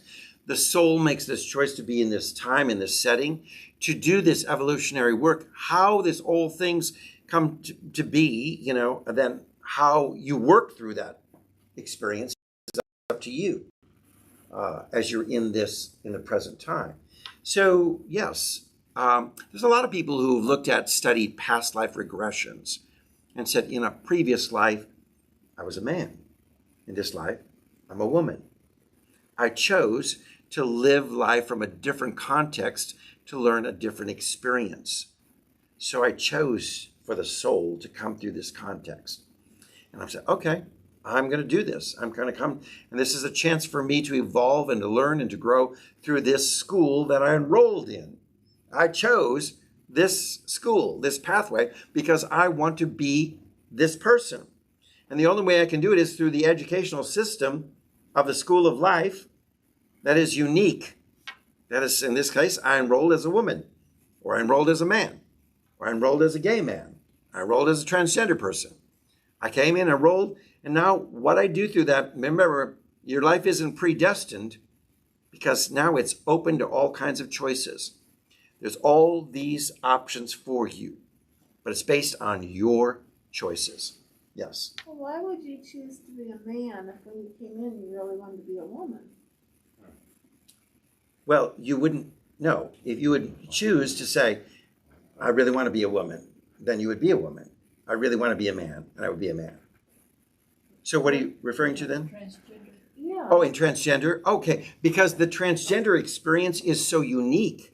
So in other words, like for me, possibly my soul said, I'd like to experience what it's like to be a man who is in touch with femininity.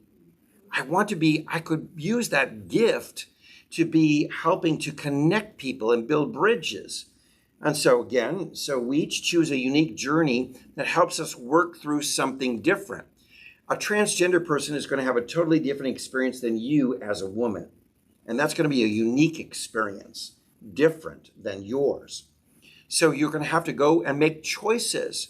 Self-acceptance is going to be different for you. There's going to be all these unique things. You enrolled in an accelerated class versus like, oh yeah, I'll just take math. No, I'm going to take math accelerated, because I'm going to have even more challenges that I need to work through, because I really have accepted this because I really want to expand and grow the soul through this experience.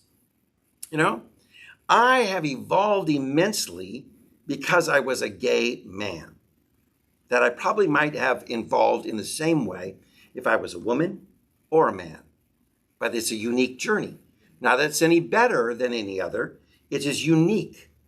And it has offered me opportunities to make choices that are totally different than if I were a straight man or a straight woman or transgender. I'm gay. So I'm making experiences for my unique journey that I chose that are given to me, say, okay, how am I going to work through this? How am I going to work through it? So, yes, Dr. David Carter. Okay. I thought previously we understood that you choose to learn certain things, but you don't choose the particulars. So now you're saying you do choose the particulars, or you just choose to have the experience of learning self-acceptance. Right. Now, how that plays out, you don't choose that part, but you... Exactly. So that choice of the level of self-acceptance may have formed the transgender, the gay, the straight man, the straight woman experience.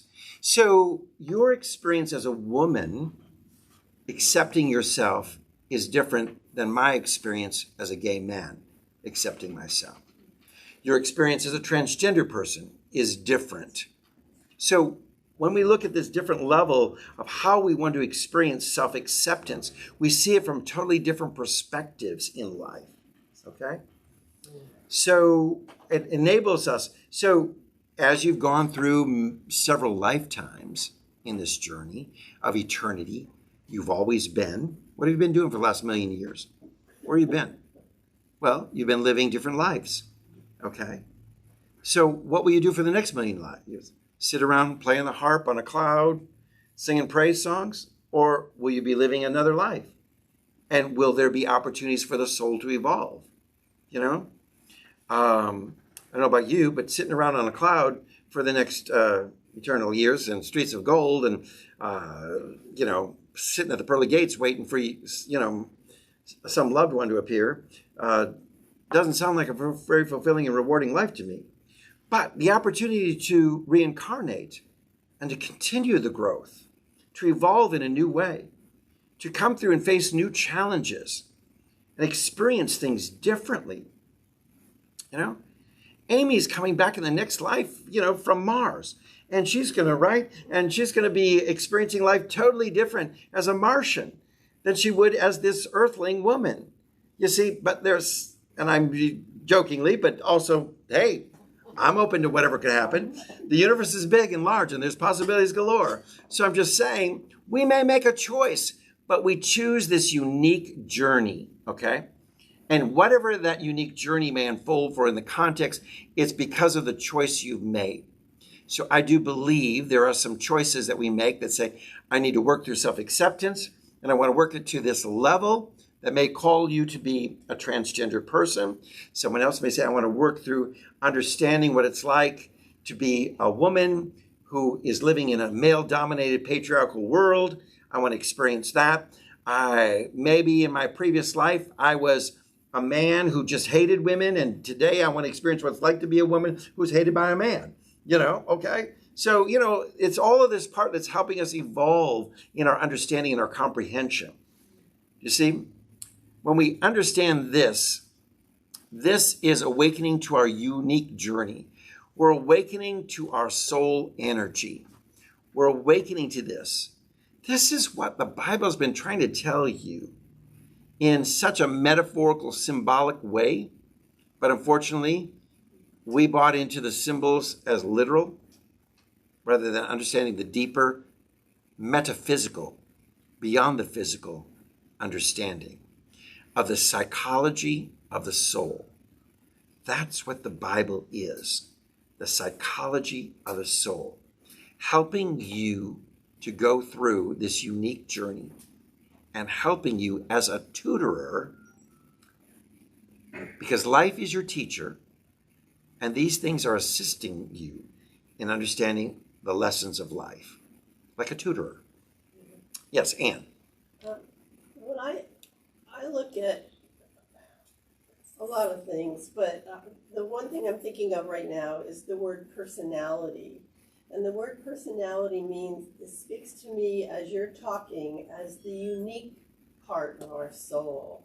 Everybody's different. We all, Michael Beckwith taught me that a little bit when I was reading him. Everybody is different. And, the two-spirit or the trans person, they could be, depending on their personality, one of the best healers because they understand both aspects of psychology. It just gets all intertwined. But when we forget about the personality, because personalities can go in a bad direction too, and you can find teachers or healers that are not teaching in the positive way, the truth way. Yeah. Very true. So your soul energy is most strong when you're doing things that you love to do. Like, is it being creative? Well, what are the things that you love to do? That's when your soul energy is really strong within this world. Examples of your soul's positive energy are, really found in this feeling. Yes, Dr. David Carter. So if you're not doing what you love to do, you're not operating at the highest vibration that you could. Yeah, because how could you? If you're not there. Because every day you're going, I don't love this. I hate this. I'm not enjoying this. I'm suffering through this. Well, not saying that so much, but you enjoy your life, but there's something that really makes you feel alive. For instance, when I drove to Maryland those 14 hours, it was exciting for me because I knew I was going to see eagles. And every day I went to the dam to see the eagles, and I felt fully alive. When I'm in nature and when I see things that really pull at my soul, I feel fully alive. Okay, but that's not my everyday life. But to me, that's when I feel most alive. So then, do I need to focus on how I make that my everyday life? Well, that's just one example. You can ask yourself, did you enjoy anything other than looking at eagles? Is there something else that you also enjoyed? Just to make yourself endear. Do you enjoy seeing your grandchildren? Yes. Okay. So does that mean you quit your job and become a full-time nanny? No. Or does it mean you quit your job and become a follower of eagles? No. But there are several things that bring you joy, and you know when they are, and that you're feeling your life to the fullest. When you do something that makes you feel calm and joyous, when you feel passionate about something, when you've laughed so hard that you can't breathe, all these things are describing feeling and emotion at work. That's when your soul is vibrating at the fullest. Now, you can be an everyday Joe who works driving truck, but maybe that's not your ultimate. Maybe your ultimate is looking at the eagles. But you can find fulfillment in all these things. Doesn't mean you have to quit your job driving truck and chase after eagles, which may never make money. And before you know, you realize, well, my life is the pits because I can't afford even the gas to go chase after the next eagle. So you have to look at all things in collective together and as a composite. So it's not one or the other, but your soul vibrates as you participate in the things that you enjoy. So not every day do you need to chase eagles, because after a while you may get bored with that. And you may lose your excitement of it because, I've for 20 years I've been chasing after eagles, and it's not that exciting anymore. But as you do it maybe once or twice a year, the excitement is even greater. It enhances. So the bottom line is, it's just what the author's trying to bring about is there's really a heightened positive energy when there's things that you love to do. And you love to do things on a multiple level. You love new technology. You love to buy a new computer. You love the latest toy. Does that mean you stop chasing after eagles and you just become a computer salesperson or a purchaser of, I'm saying it's a well-rounded life of many things. There are many things that we enjoy in life. There's not just one. So it's finding those things that you find fulfillment and enjoyment in. There could be multiple ones. So that's when your soul is vibrating at its highest level.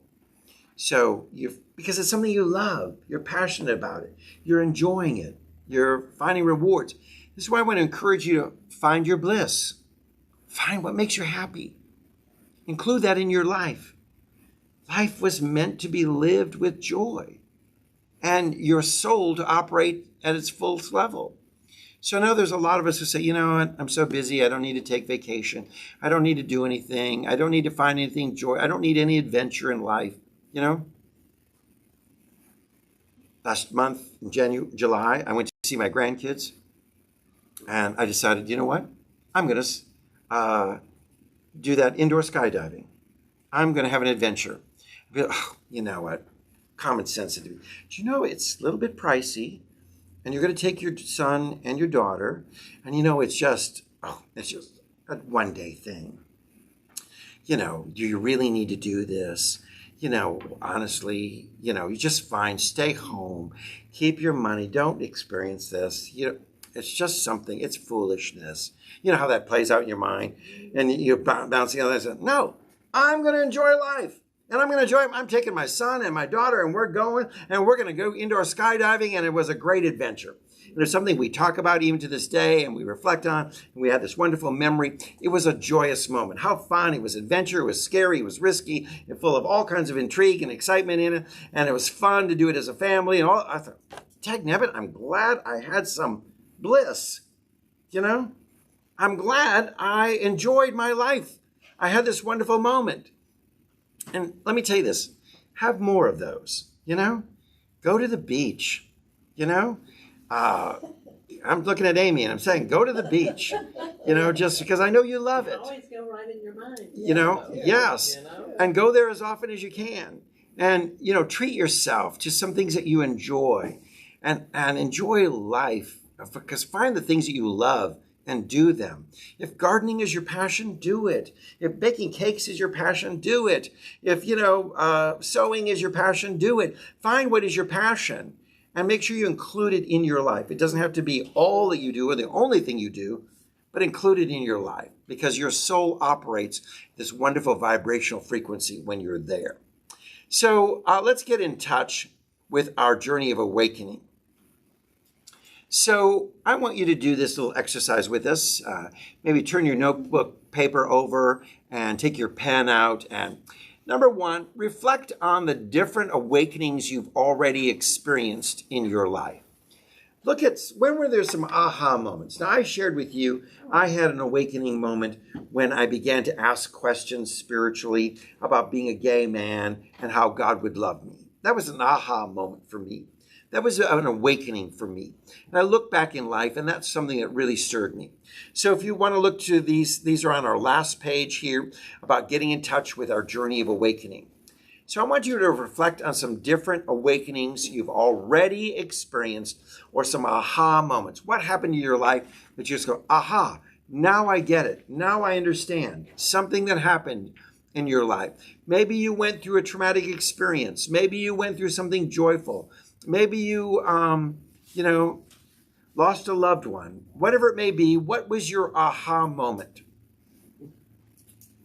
And name 3 aha moments that allowed you to step up and make a powerful change.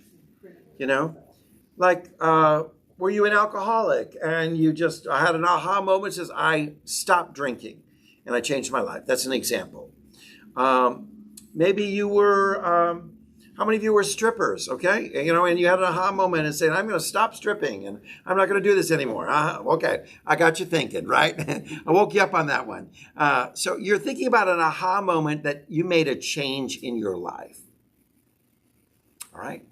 Take a moment and name 3 aha moments. 3 aha moments. Something that caused you to think differently. Did you have an aha moment that brought you to City of Light? Did you have an aha moment that brought you to a class? Did you have an aha moment in high school when your boyfriend dumped you? Did you have an aha moment in college? Did you have an aha moment at work? Did you have an aha moment as you went through a medical crisis? Did you have an aha moment as I'm helping you stimulate your thinking here? All right. Dave, you had an aha moment when you moved from Tennessee to Minneapolis. That was a life-changing example for you. that you've spoken about a lot.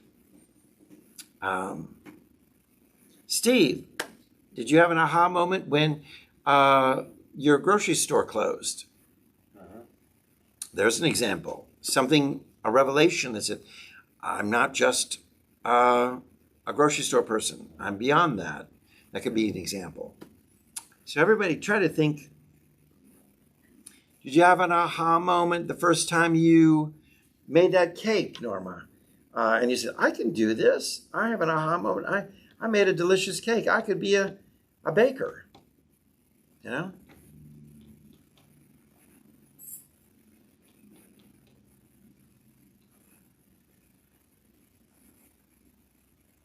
Everyone's writing? Good.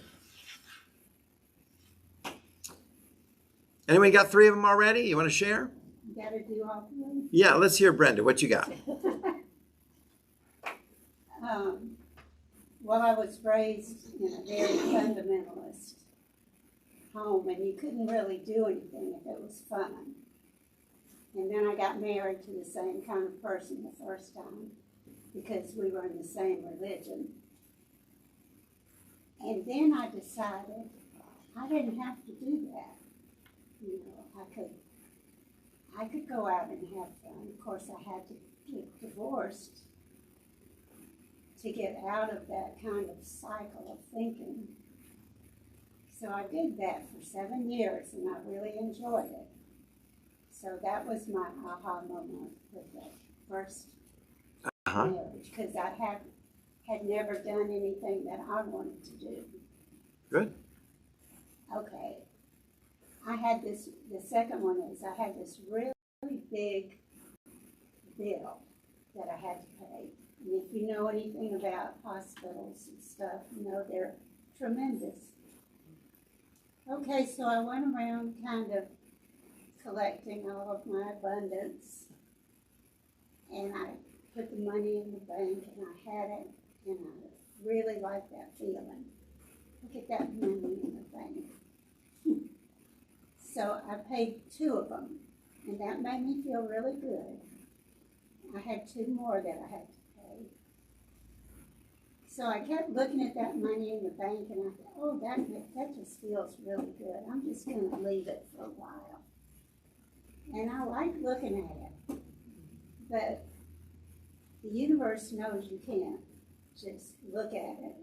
It's meant to be shared. So first thing this morning when I woke up, they called me from the hospital and said, are you ready to pay this bill? I said, uh-huh. And I paid it, and I did feel really good that it's paid. And then I think the most important thing that I had an aha moment was that your children are, you know, if they're grown, it's their life. They don't need all of your advice. They have to learn it themselves, and you have to just kind of let go. If they come to you for advice, that's one thing, but they don't need you giving it to them. And those are my 3. Excellent. Great. Wonderful aha moments. Anyone else want to share your ahas?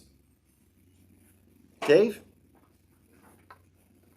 The first aha moment that I ever had was, and like Paul has told you, in high school I was a pretty good basketball player. And I had a scholarship to play for the University of Tennessee at Knoxville as a result of that, as a junior in high school. And my senior year at Christmas time, I was going in for a layup, and I got hacked from behind, and I fell down, and I injured my knee. I had ligament and cartilage damage. And back then, that was career ending. So my biggest aha moment was that I'm not invincible by any means, but I really went through a really hard time because that's what I had planned to do all my life, is to be a basketball player. And that came to a screeching halt. So I had a scholarship at that point in time, but then when I got hurt, it was taken away. And my dad with the Church of Christ, wanted me to go to a church-related school. And this gave him the opportunity to tell me, you know, you've blown that chance, so you can't go to the University of Tennessee. I want you to go to Free Hardman University, which is a Church of Christ school in Henderson, which was 25 miles away. Knoxville is like 300 miles away. I wanted to go 300 miles. But anyway, I said, I'm still going to the University of Tennessee, and the way that I'm going to do that, this was me kind of feeling my oats, I'm going to get an academic scholarship. And about 2 weeks after I told him that, I was named salutatorian of my class. And in doing so, I got an academic scholarship to the University of Tennessee. So when one thing failed, the athletic scholarship failed, I had to redirect my thinking and do academics. And I knew exactly what I wanted to do. I wanted to be an ethicist, but I didn't achieve that goal, but I did complete my bachelor's degree in nursing and became a nurse. And was very fulfilling in that aspect of it. My second aha moment was like what Paul was talking about. I was married for 21 years and we had 3 children. And I lived in a very small town and grew up in a small town, went to University of Tennessee in Knoxville, and then came back and started working at Victimhood Hospital in Nashville, which was a bigger town, a pretty good sized town. But I was a husband, I was a father, and I was a mentor to my children. I told myself that that's what I was supposed to do in life because that's what I was raised to do. And my wife had a hysterectomy and she had some hormonal issues, and we began to have some issues and problems. And she asked me for a divorce, kind of out of the blue. And I tried everything I could to salvage that because I had made a commitment to myself and to my parents and to the Lord and everybody else that I was going to stay married. And when she gave me the opportunity when she asked me for a divorce, and we went through all the different things, and she didn't want to do anything, so she wanted a divorce. So I moved to Minneapolis, Minnesota, which was like on the other side of the earth from where I came from. I'd heard of Minneapolis, but I'd never experienced it. Mary Tyler Moore was somebody that I knew that lived in Minneapolis, so I kind of identified her life with what my life would be there. And like I told Paul, that was an awakening for me, because all my life I had lived as a father and a husband, and all of a sudden I knew that I was gay. I've always known that. But in my teachings as a young boy in church, and all the upbringings, I was supposed to live a certain way, and I didn't feel that I should live that way, but that's the way that I was taught. So I tried to live that life, and it didn't work, so I went to Minneapolis and experienced more in life and all the things that life had to offer in a bigger city that accepted gay people. I had a partner, and it was just an eye-opening experience that people do live a different way than what I was experienced in growing up. So that was a huge aha moment. My third aha moment is I met a person that lived in Atlanta, and so I was living in Sarasota and fell in love with him. And so I left my home in Sarasota in Atlanta. And so that's the thing that I'm experiencing now with this aha moment is, like I told you, I had grown up certainly fundamental Christian. And Paul and I have had many different conversations, and I'll ask him many different types of questions, like, why do you believe this? And why do you think this? And it kind of seems like you're giving up on. And the biggest thing is, and I'm going to be short here, we went yesterday and we had like an outing. And Paul always says every time we get in the car, Lord, make this the best day. The universe is open to all of our needs and wants and everything. He always says that. So yesterday, I don't remember, anyway, we went shopping, which is not one of my favorite things to do. But we've been trying to look at some things in the house, and he found a light fixture that he liked, and so bought it and went to the cash register, and we had to wait probably 45 minutes to an hour because they had to take it off of the ceiling.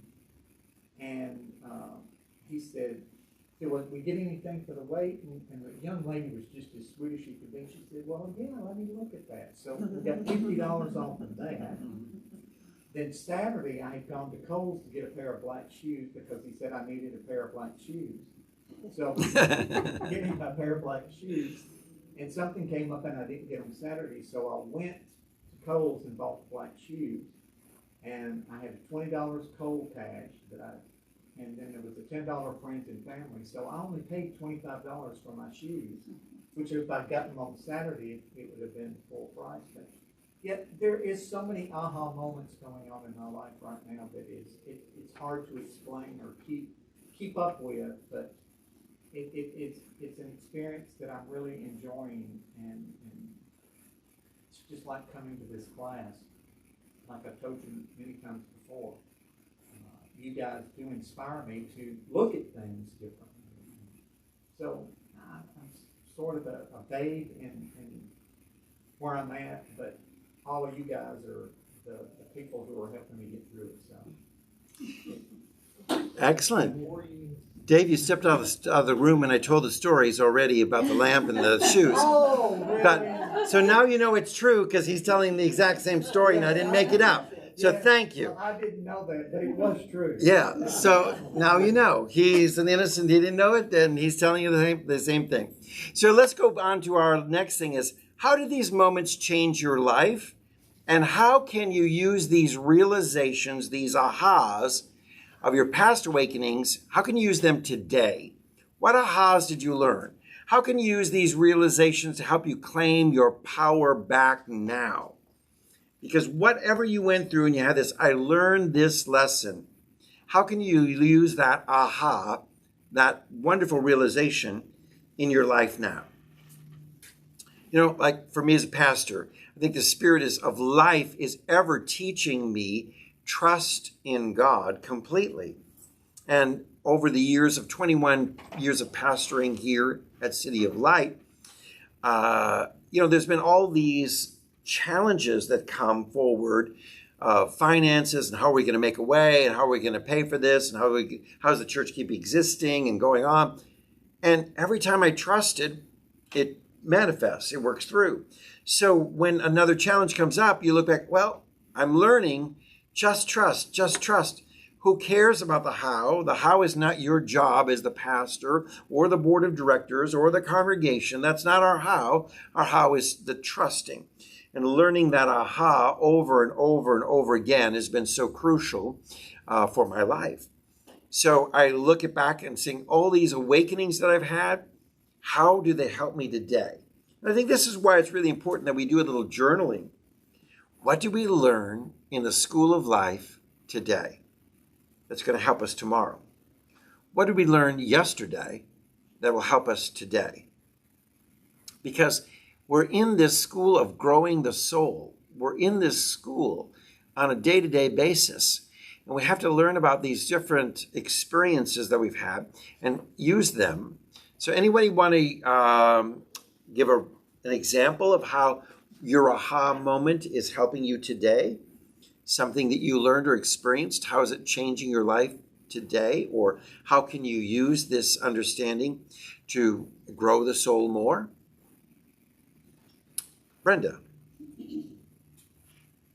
Because I was raised not to have fun or enjoy anything, I learned that you can have fun and enjoy stuff, and it's up to you to make up your mind to do it, not to go along with your parents saying, "Oh no, you can't do that," because that's fun, so you can't do that. And it's not, you can do anything you want to do.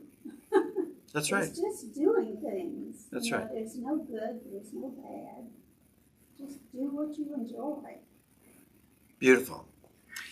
All right, so let's each one make these applications in our life. I see time slipping away from us, so we want to continue on. As we conclude this class today, I want to say thank you for joining us for this class on the power of positive energy. We're going to continue on with more and more as the weeks go ahead. So I hope you'll join us for the next 7 weeks, 7 more classes on this study here at Emerson Institute at City of Light. We'd love to hear what your takeaway is. And if you have something you'd love to share with us, we'd love to hear it. Please take a moment to type in on your Facebook. Just share a little bit of what might be your takeaway from today's class experience. I want to say thank you for being with us. And we're going to conclude in just a few moments our on-camera time and do a quick meditation with those who are gathered in this room. It's a meditation that's found in your workbook or your book. It's found on page 20. We encourage you to engage in this on your own for doing a soul connection meditation. Do we have any comments coming in from our students? Not yet. All right. If there isn't, well, thank you so much for joining us. We greatly appreciate you being part of the Emerson Institute. God bless you. Have a great week. We'll look forward to seeing you next Thursday.